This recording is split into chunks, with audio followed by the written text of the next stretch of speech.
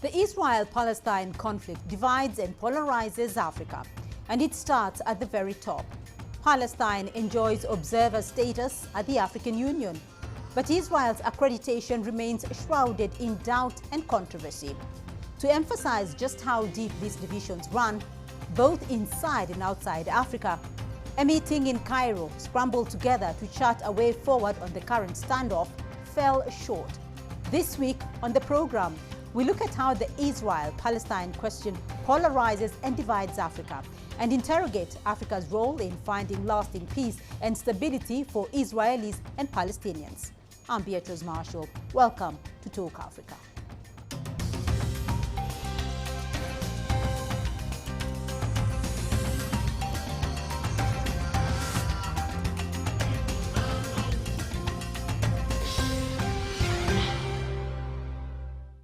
Well, let's now bring in our panel of experts. With me in studio, Dr. Mustafa Yusuf Ali, co-founder and chairman of the Horn International Institute for Strategic Studies. Also joining us in Nairobi, Yariv Keda, managing director, Keda GAP. And joining us from Cairo, Ambassador Mona Omar, a former assistant to the Egyptian foreign minister. A warm welcome to you all, and thank you very much for joining us in this discussion. I want to start off with you, Ambassador Omar, because leaders and top officials from more than a dozen countries, including South Africa and Egypt, gathered in Cairo for a conference to discuss ways to de-escalate the Israel-Hamas war. That meeting ended without any agreement on a joint statement. First of all, I want to get your reading on why that meeting failed to bring a concrete solution. I don't agree that the meeting failed. I agree that they couldn't issue a communique because there was a difference in the opinions of the participants at this meeting, but there were some points that they agreed upon, like, for example, the humanitarian assistance that has to be channeled and has to reach the people of Gaza. The problem, as I explained, is that many of, or only the Western countries, had the opinion that they wanted to condemn Hamas and not to condemn Israel for the atrocities that they are perpetuating in Gaza. So this is why we couldn't reach a communique in this regard. Dr. Mustafa, when we talk about a difference of opinion and what Dr. Omar is talking, Ambassador Omar is talking about, one party only wanting to condemn only one party, what's your reading of the situation? You have a number of leaders, particularly in the West, that do not want to condemn the barbaric actions that Israel is taking on Gaza, conducting war crimes on Gaza, but on the other side, mostly the Arab leaders would like to see that the West hold on to put a strain or put brakes on the Israelis not to commit the war crimes that they are currently committing in the Gaza Strip. So let me bring in Yariv here. Yariv, if you can hear me, I just want to go back to that weekend meeting by about a dozen countries, including South Africa and Egypt, that were looking for a concrete solution here. What is your view, what is your feeling about that meeting last Saturday? The same thing that you have to understand. There are different cultures and different ways of seeing the things. We are speaking, not the Palestinians in general, we are speaking of the Hamas. Their way of thinking, their way they are brought up, is a way just to destroy Israel, not to come in a peace agreement, anything. Their intention is to slaughter. We actually want to look at what's happening in the context of finding solutions to the situation. But let me come to Dr. Mustafa here, first of all, and I want to look at Africa's reaction to that conflict, because we did see, countries like Kenya, Ghana, DRC pledging solidarity with Israel. But we also saw other countries like South Africa, Egypt, Algeria pledging their solidarity with Palestine. Other countries like Nigeria have adopted a more cautious approach to this. Help us understand these varied positions from Africa. First of all, the African position is the position of the African Union. The African Union has a very clear position on Palestine. That and this has been espoused and has been voiced by African leaders, and it is there in the instruments or rather declarations and treaties at the African Union. Mandela put it very right that Africa is not going to be considered free until Palestine is free. And so the entire African continent is solidly behind Palestine. What you're seeing are a few governments that have decided to voice their support for Israel and what they are doing in Gaza, but those are governments. They don't necessarily represent or reflect the will of their people. If you go to Ghana and even in Kenya today and ask, what do people think about Israel-Palestinian problem? They'll tell you that Palestine is under occupation and it has to be liberated. And by the way, the African Union position comes as a result of the history of Africa, which was colonized, was under occupation by the Western powers, and many countries in Africa had to fight, sometimes wage military campaigns against colonialism. Right. And this is the same way that the African Union looks at the Palestinian issue. Right. Ambassador Omar, let me get your view here. How are you reading the varied responses coming from African government here? I will respond to what you're asking, but first of all, I wanted to just comment on what our participant from Israel is saying. And I would like to say again that even if Hamas is a terrorist organization, which is to be discussed, even if they have all of these principles about eliminating Israel, as the Israelis eliminated Palestine, but I have to tell him that the reply or the response will not be by state terrorism, which Israel is now exercising not only on Palestine, but on the whole continent. Number two, about Africa. In Africa, we have 10 Arab countries. 10 Arab countries are African countries. As Mr. Mustafa rightly said, the position of Africa is the position that was announced by Mr. Moussa Faki, the Secretary General or the Commissioner of the African Union, and he was very clear in condemning Israel and supporting the Palestinian cause. I would add that all the summits of the African Union had representation from the Palestinian leaders, and we had the resolutions in favor of Palestine. So yes, there were some countries that supported Israel in some African countries. Right. They are very, very, very few, and some of them supported, as Mr. Mustafa said, it was the governments who supported, but also after that, like Rwanda, for example, they sent tons of humanitarian aid to the Palestinian people. So they are really differentiated between this and that. And this is what we are calling for. Right. We don't have really to take revenge on a whole population, and Palestine is the last occupied territory in the whole world. So we cannot call the resistance against the occupier terrorism. Right. Yariv, I want to get your view here. What was said is totally incorrect. It's all politics. Africa is benefiting. You look at the people. Africa is benefiting from Israel, but the Palestinians, I'm saying again, I'm separating between the Palestinians of West Bank and Gaza. Gaza Strip is relieved. Israel is not occupying Gaza Strip since the Oslo agreements in 94, and then 2005, the latest settlements were rooted from Israel. And then the moment we left the settlements that were in the Gaza Strip, rockets started to fall on human population. Israel is not targeting human population. Israel is not targeting babies. Israel is not targeting women. Israel is not doing these atrocities. The ones that are doing it is Hamas Daesh. Hamas Daesh is the same thing. Even in these atrocities, the attacks, Daesh flags with Hamas were found together. Israel has the right to defend itself by international law. Israel is a leader in the world for technologies. Israel is putting all the efforts in development, in doing good things to the world.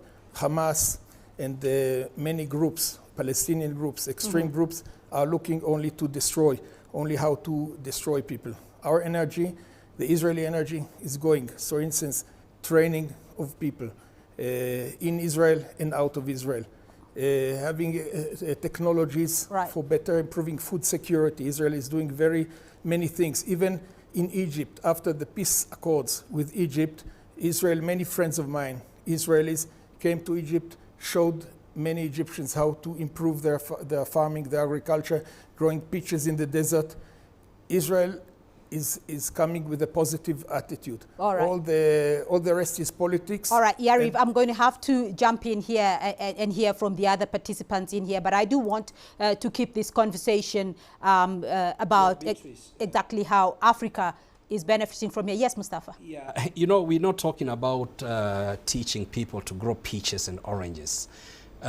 We are talking about a nuclear power bombing, leveling buildings, blocks of flats, and massacring children.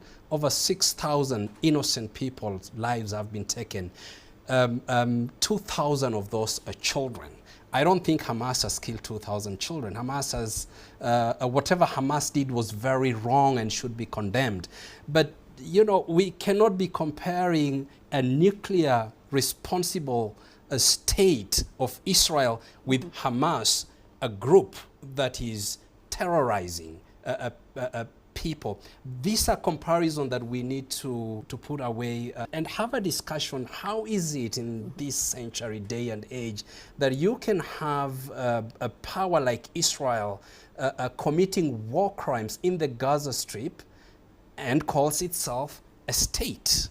These are issues that we have to be speaking about, and this has to stop the mindless violence that we are seeing on Gaza Strip has to stop. So, Ambassador Omar, I do want to keep this conversation about its ramifications for Africa. Beyond the battleground, though, I want to know about the geopolitical consequences for Africa. What does this conflict mean for Africa? What are the ramifications, and where do you see African countries standing here?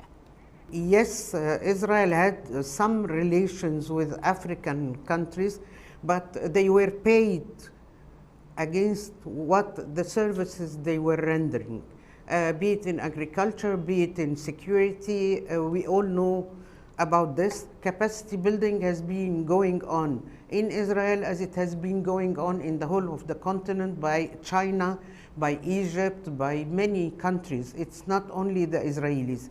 And if they are doing some capacity building or rendering services, expertise services, it doesn't mean that they kill.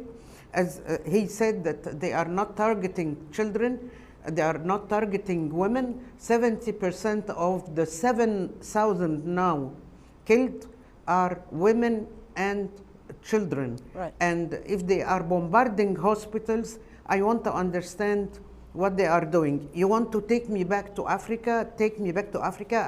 I'm telling you, for example, the situation, the position taken by President Cyril Ramaphosa, it was very obvious. He even compared what happened with between Israel and the Palestinian with the situation when they were fighting apartheid.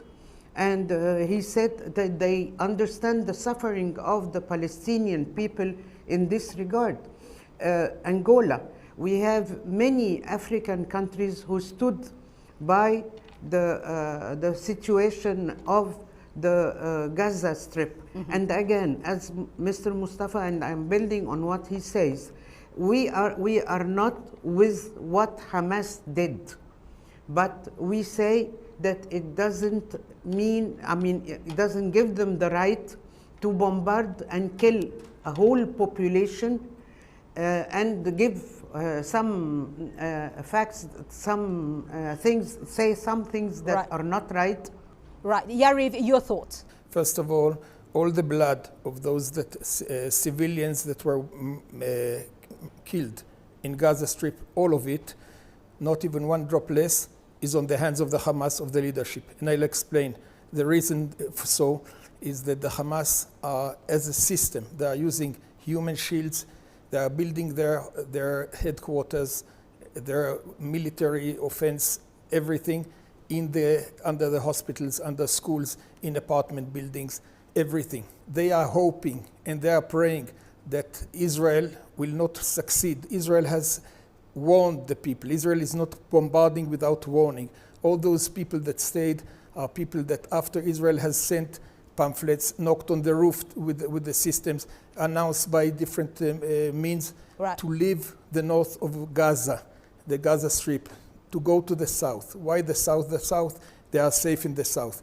But what's happening? The Hamas is preventing them. They are taking their passports, they are taking their car keys, they are shooting them and killing them by themselves if they don't obey them. All right, on that note, we're going to take a short break, and when we return, we'll delve into the potential pathways to securing lasting peace and examine the two-state solution. Do stay with us.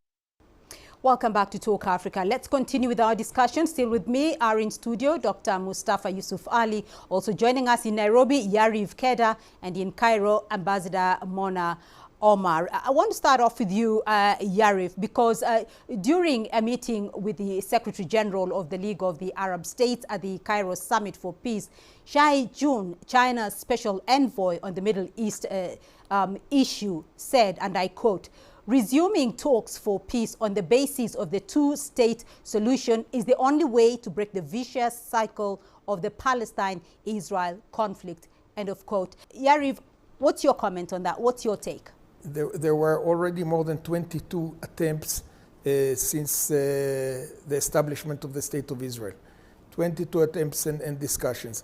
What it fell after actually offering most of the West Bank to the Palestinians in the time of Prime Minister Olmert and Prime Minister Ehud Barak at the time, discussions with Yasser Arafat or Abu Mazen. It was falling about the right to returns, because Israel and most of the issues were sorted. It was about the rights to return. To return those people that left by their own will in 1948, and now they in 1967, and now they want to come back. But a comment that is important to understand this that has a link is the Iranian side. We are ignoring the elephant in the room. The Iranians are the ones that are supporting all those bodies like Hezbollah, like the Hamas, like the Muslim Brotherhood, that they want to destroy Israel and not to have any state. So if you don't have a partner that is willing to speak to you at all, that is willing to accept you, then you don't have. As long as Egypt is trying to be a mediator, we always accept it. We accept Egypt. We see it in blessing. And if Israel is trying to come to discussions, and Egypt is a mediator, we bless Egypt, and it's a good thing. Dr. Mustafa, your take on the two-state solution? The two-state solution is the original proposal by the United Nations that partitioned Palestine in 1947, and it's something that is agreeable to all the Arabs, to the international community, to Africa, to Asia, to everybody. Unfortunately, Israel has not allowed the two-state solution proposal to be realized. For this very reason, Israel continues to occupy the West Bank. Israel continues to build illegal settlements, illegal under international law in the occupied territories of West Bank. Yes, even though Israel left Gaza and retreated back into territory, Israeli territory, but they still extended their occupation in the West Bank, and they have created settlements there in ways that any Palestinian state is not going to be viable. Right. The status of Jerusalem, then the right of return of the refugees. These are very difficult issues to deal with at this moment, and this should not stop the two-state solution from being realized. And by the way, you know, there is the King Abdullah initiative of 2002, the Arab initiative for peace, which has been signed on by all the Arab states to fully normalize relations with Israel and recognize Israel, but it's only calling for the resolution and to have the state of Palestine and the state of Israel. The challenge here is Israel continues to undermine the leaders who are mainstream, who are moderate, right. Yasser Arafat, Mohammed Abu Mazin, and the others. Hamas was created in 1984. It was created by Sheikh Yassin, very quickly, and this is important, Beatrice, to understand, by Rantisi and a few others. And Hamas was created during the time when there was no hope in terms of the occupation. Then Hamas was nurtured by who? Guess who? By Israel. Nurtured by Israel as a counterweight to the Palestinian Liberation Organization, because they wanted to undermine Yasser Arafat. They wanted to undermine any moderate mainstream leader in the West Bank so that they don't continue with their quest for the two-state solution. All right, I want to get the view from Ambassador Omar here. In your view, though, why is it that the two-state solution has not been achieved here? What are the main obstacles to achieving that in the Israeli-Palestinian conflict? The two-state solution has not been done because of the Israeli position, of the Israeli. Your guest was talking about the right of return, and this was not the big issue. And then he said that these people left by their own will, so let them return by their own will as well. But we have other issues that are very important, and all the Arabs agreed on the two-state solutions, and it's the Israelis who didn't really work it out. And as it was said now, the Hamas itself is the creation of the Israelis. Like, for example, the Muslim Brotherhood in Egypt and what we suffered from was the creation of the West. So it's they are creating the monster, and then they are suffering from him. Right. Going back to the two-state solution, we said before, this is the only viable solution. We wanted the two states to live in peace together and start normal relations, but they wanted to take everything and negate to the Palestinians everything as well. All right, so I'm going to get your final comments, and let me start off with you, Dr. Mustafa. In your view, are there alternative solutions to the conflict beyond the two-state framework? You know, a few people have spoken about a one-state solution, which is also, by the way, a viable proposition, but that one state is not going to be Jewish. It's going to be Israelis, Palestinians living together in a democratic society. So it's not going to be only for one race. What we see now, and by the way, what we have now is one state, one apartheid state, because a group of people, because of their religion, their race, and when I talk about religions, I talk about religions in plural, Christians and Muslims do not really belong to that state. So that's why it's called an apartheid state. The two-state solution, of course, is the best arrangement that can be there if the Israelis and Palestinians will agree to that. But at the end of it all, Beatrice, the Israelis and Palestinians can live in peace and security from the river to the sea, if they wanted to. Right. Yarif, your view, are there alternative solutions to the conflict between the two-state framework? Look, Israel Israel is the only democratic state in all the Middle East, the only democratic state. And this is why saying that it will be one state democratic, it's not. Israel is not apartheid. The Arab in Israel have rights to vote. They have right to express their views against the leaders, against the country. We have members of parliament in the country. We have judges in the country that are Arabs. We have everything. So calling Israel is that it's apartheid, it's a lie, nothing else. If we come to some agreement with the Palestinians, with the terms, some things that we offered them in the past, and they refused because it was very, very close to agreement, but they got the fear that they will be seen as traitors in the eyes of their own people. That is the truth, and that is the problem. And Israel, once it can live next to the Palestinians, although there was never a Palestinian state. Let's put the things straight. There was never ever existing a Palestinian state.